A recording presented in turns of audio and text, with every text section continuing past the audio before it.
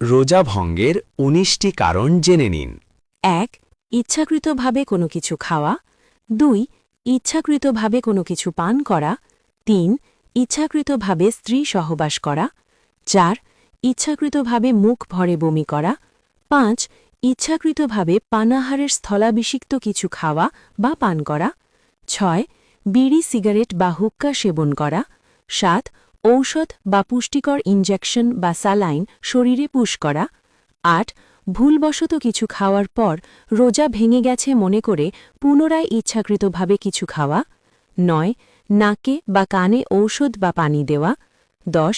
কাঁচা চাল, আটা বা বেশি পরিমাণ লবণ খাওয়া। ১১. নারীদের ঋতুস্রাব বা হায়েজ শুরু হওয়া। ১২. সন্তান প্রসবের পর বা নেফাসকালীন রক্তস্রাব হওয়া। ১৩. ইচ্ছাকৃতভাবে ধোঁয়া বা ধুলাবালি গলাধঃকরণ করা। ১৪. রোজা অবস্থায় হস্তমৈথুন করা। ১৫. মুখ ভর্তি বমি করা, স্বাভাবিক বমি রোজা ভাঙে না। ১৬. পায়ুপথে বা মূত্রনালীতে কোনো কিছু প্রবেশ করানো। ১৭.